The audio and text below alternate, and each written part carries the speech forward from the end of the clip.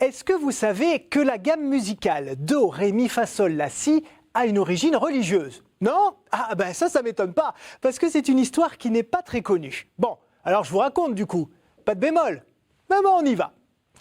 Les spécialistes s'accordent à dire que les mélodies et les rythmes sont nés en même temps que l'être humain lui-même, mais il a fallu plusieurs milliers d'années pour qu'une ébauche d'écriture de la musique voie le jour. Les Sumériens, les Égyptiens et les Grecs notamment avaient inventé un système de transcription, mais il s'est perdu progressivement. Du coup, en Occident, c'est dans la musique religieuse qu'il faut aller chercher l'origine des premières notations mélodiques. Aux environs du IVe siècle après Jésus-Christ, avec la multiplication des églises et l'essor du chant liturgique, le répertoire musical se développe. Mais on n'écrit toujours pas les mélodies, elles ne sont enseignées que dans les écoles de chantre et se transmettent oralement. C'est finalement grâce à Charlemagne que la musique chrétienne va prendre un tournant décisif. Comme vous le voyez, à la fin du 8e siècle, Carolus Magnus règne sur une grande partie de l'Europe actuelle. Et lorsqu'il se déplace, il constate qu'on ne célèbre pas la messe de la même façon qu'on soit en Gaule, à Rome ou en Saxe, par exemple. L'empereur décide alors d'unifier la messe dans tout l'Empire pour la rapprocher du rite romain et instaure le chant romano-franc, que l'on appelle aussi le chant grégorien. Il ordonne également de faire écrire dans des livres tous les textes liturgiques chantés. On voit alors fleurir plusieurs types de notations, bretonne, visigothique, messine, de Laon, de Saint-Gall, entre autres, qui font appel à une transcription par petits graphèmes propres à chacune des régions de l'Empire. Mais bon, ce sont plus des aides-mémoires, des repères qu'une reproduction fidèle de la mélodie et des rythmes.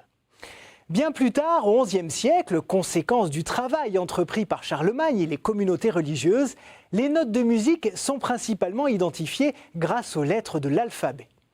Mais au nord-est de l'Italie, un moine bénédictin du nom de Guido d'Arezzo travaille sur un nouveau système.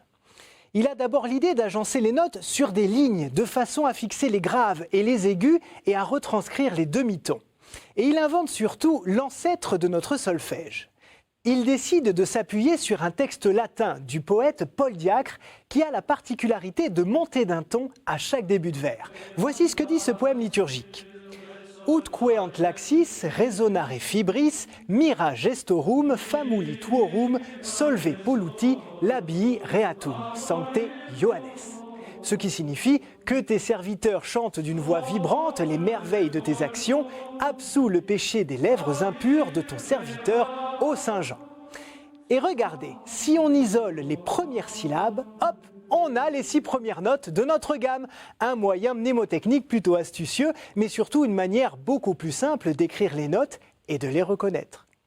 Mais avec tout ça, où est donc passé le ut? C'est vrai, on ne l'utilise plus aujourd'hui dans la gamme. Eh bien, le nom de cette note a été abandonné au XVIe siècle parce que trop compliqué à prononcer dans une succession rapide de vocalises. Des religieux italiens auraient donc choisi le Do en référence à la première syllabe de domine qui signifie seigneur en latin. Et le Si alors, il n'était pas tout à l'heure dans l'hymne à Saint-Jean? Eh bien si, justement, mais il n'a été rajouté à la gamme qu'au XVIIe siècle.